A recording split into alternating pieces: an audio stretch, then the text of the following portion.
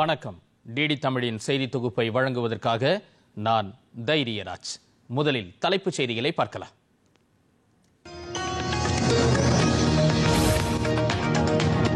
பிரதமர் நரேந்திர மோடி இன்று நாட்டு மக்களுக்கு உரையாற்றினார்.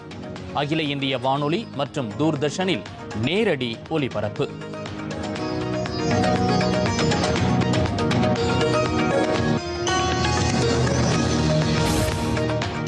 ஜிஎஸ்டி வரி சீர்திருத்தம் நாளை முதல் அமலாகிறது. அத்தியாவசிய பொருட்கள், மின் சாதனங்கள், வாகனங்களின் விலை குறைகிறது.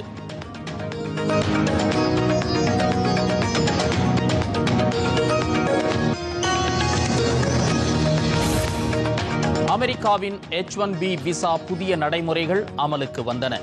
இந்தியர்களுக்கு உதவ அவசர தொலைபேசி எண்ணை வெளியிட்டது வெளியுறவு அமைச்சகம்.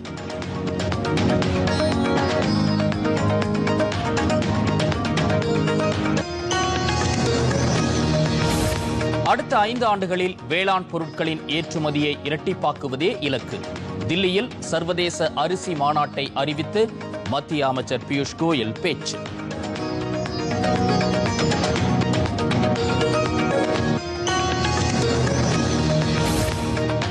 மும்மொழி கொள்கையில் அரசியல் நிலைப்பாடு கூடாது. தமிழக அரசுக்கு மத்திய கல்வித்துறை அமைச்சர் தர்மேந்திர பிரதான் அறிவுறுத்தல்.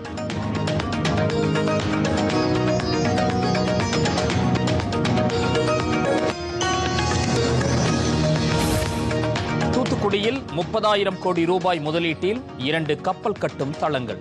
55,000 பேருக்கு வேலைவாய்ப்பு கிடைக்கும் என முதலமைச்சர் மு க ஸ்டாலின் பதிவு.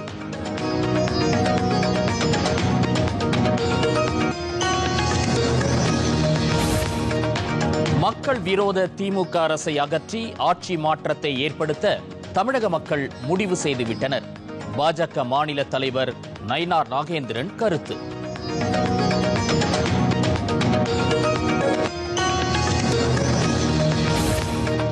ஜிஎஸ்டி வரி குறைப்பின் மூலம் மக்களுக்கு பொருளாதார சுதந்திரம் கிடைத்துள்ளது. பாஜக மூத்த தலைவர் தமிழிசை சவுந்தரராஜன் பேட்டி.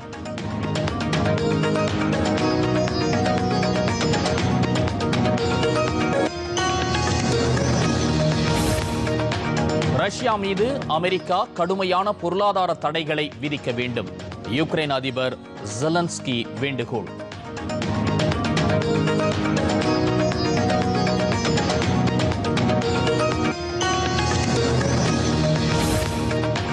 ஆசிய கோப்பை கிரிக்கெட் சூப்பர் 4 ஆட்டத்தில் இந்தியா பாகிஸ்தான் அணிகள் இன்று மோதல்.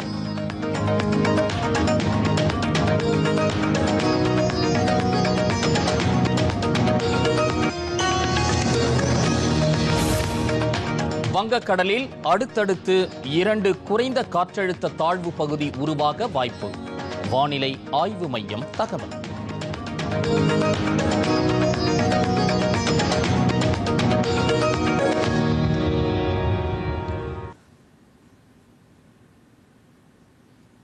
இனி விரிவான செய்திகளை பார்க்கலாம். பிரதமர் நரேந்திர மோடி இன்று நாட்டு மக்களிடையே உரையாற்றினார்.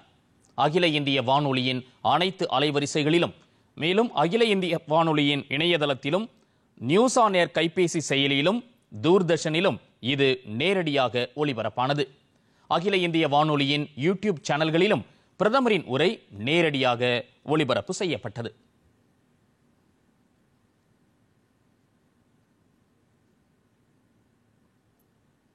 மத்திய அரசு அறிவித்துள்ள ஜிஎஸ்டி சீர்திருத்தங்கள் நாடு முழுவதும் நாளை முதல் அமலுக்கு வருகிறது. ஜிஎஸ்டி அறிமுகப்படுத்தப்பட்டு 8 ஆண்டுகள் நிறைவடைந்ததை முன்னிட்டு ஜிஎஸ்டி வரியை எளிமைப்படுத்தும் விதமாக மக்கள் அன்றாடம் பயன்படுத்தும் பொருட்கள் மீதான ஜிஎஸ்டியை குறைக்கும் வகையில் அடுத்த தலைமுறை சீர்திருத்தம் ஜிஎஸ்டி 2.0 தீபாவளி பண்டிகைக்குள் மேற்கொள்ளப்படும் என சுதந்திர தின உரையில் பிரதமர் மோடி தெரிவித்திருந்தார். இதன்படி நிதியமைச்சர் நிர்மலா சீதாராமன் தலைமையில் அண்மையில் நடைபெற்ற ஜிஎஸ்டி கவுன்சில் கூட்டத்தில் ஜிஎஸ்டி வரியை சீரமைத்து அறிவிப்புகள் வெளியிடப்பட்டன. ஏற்கனவே 4 பகுதிகளாக இருந்த ஜிஎஸ்டி வரி தற்போது 5% மற்றும் 18% ஆகிய இரு விகிதங்களாக மாற்றியமைக்கப்பட்டுள்ளது. சீரமைக்கப்பட்ட இந்த ஜிஎஸ்டி வரி விகிதம் நாடு முழுவதும் நாளை முதல் அமலுக்கு வருகிறது. இந்த சீர்திருத்தத்தினால் அத்தியாவசிய பொருட்கள், மின் சாதனங்கள் மற்றும் வாகனங்களின் விலை கணிசமாக குறைகிறது. ஜிஎஸ்டி வரி குறைப்பால் சப்பாத்தி, பரோட்டா, கூந்தல் எண்ணெய், ஐஸ்கிரீம், தொலைக்காட்சி பெட்டிகள் உள்ளிட்ட பொது பயன்பாட்டு பொருட்களின் விலை வெகுவாக குறைய வாய்ப்பு ஏற்பட்டுள்ளது.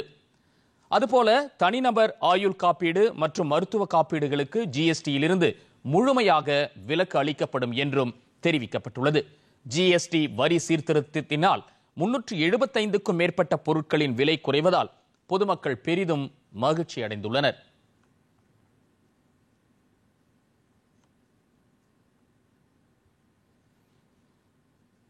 அடுத்த 5 ஆண்டுகளின் வேளாண் பொருட்களின் ஏற்றுமதியை இரட்டிப்பாக்குவதே இலக்கு என மத்திய வர்த்தகத்துறை அமைச்சர் பியூஷ் கோயல் தெரிவித்துள்ளார்.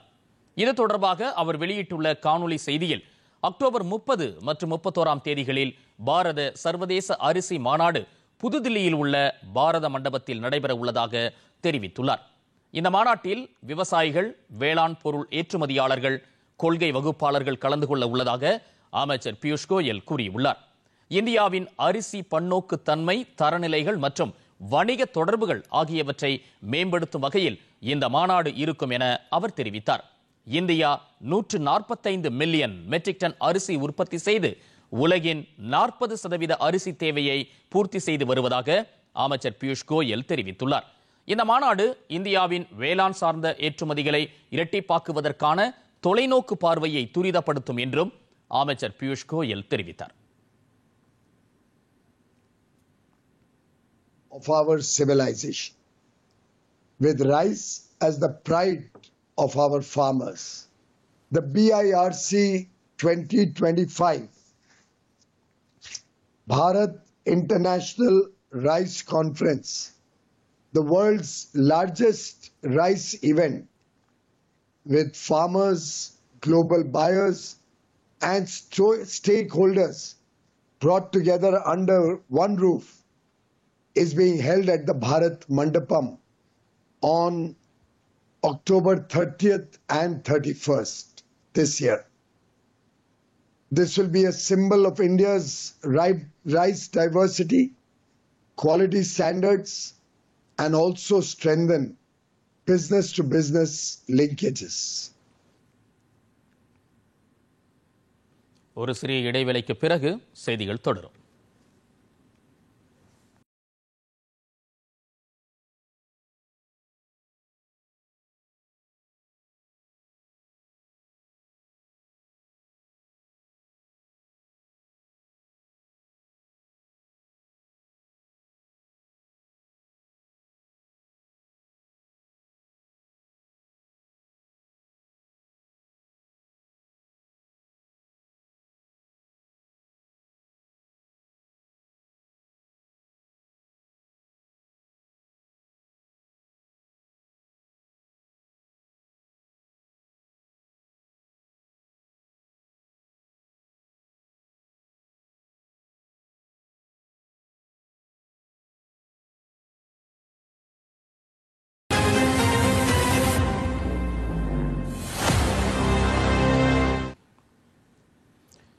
செய்திகள் தொடர்கின்றன.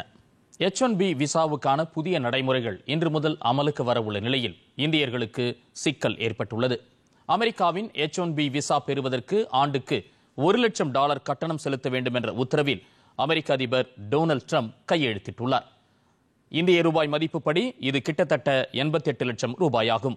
அமெரிக்காவில் தொழில்நுட்பத் துறையில் வெளிநாட்டு பணியாளர்களை குறைப்பதை நோக்கமாக கொண்டு இந்த உத்தரவு பிறப்பிக்கப்பட்டுள்ளது. இதனால் வெளிநாடுகளிலிருந்து பணியாளர்களை வேலைக்கு அமர்த்தும் நிறுவனங்கள் விசாக்களுக்கு கூடுதல் கட்டணம் செலுத்த வேண்டிய நிலை ஏற்பட்டுள்ளது.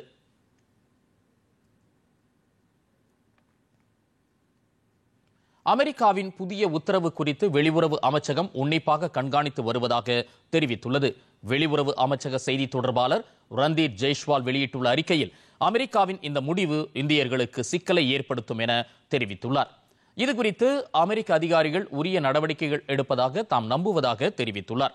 மேலும் அடுத்த 24 மணி நேரத்திற்குள் அமெரிக்காவுக்கு வரும் இந்தியர்களுக்கு தேவையான உதவிகளை வழங்குமாறு இந்திய தூதரகத்திற்கு அறிவுறுத்தியுள்ளதாக கூறினார்.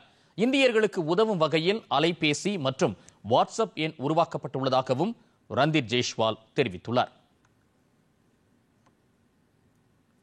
இந்நிலையில் H1B விசா நடைமுறை குறித்து வெள்ளை மாளிகை விளக்கம் அளித்துள்ளது. ஏற்கனவே H1B விசா வைத்துள்ளவர்களுக்கு எவ்வித பாதிப்பையும் ஏற்படுத்தாது என்றும் விசாவை புதுப்பிப்பவர்களும் இந்த கட்டணத்தை செலுத்த தேவையில்லை என்று தெரிவித்துள்ளது. புதிதாக H1B விசா விண்ணப்பிப்பவர்கள் மட்டுமே இந்த கட்டணத்தை செலுத்த வேண்டும் என்றும் வெள்ளை மாளிகை வெளியிட்டுள்ள செய்திக்குறிப்பில் தெரிவித்துள்ளது. இத்துடன் செய்திகள் நிறைவடைந்தன. மீண்டும் செய்திகள் இரவு 7 மணிக்கு. தொடர்ந்து பாருங்கள் டிடி தமிழ் தொலைக்காட்சியை. வணக்கம்.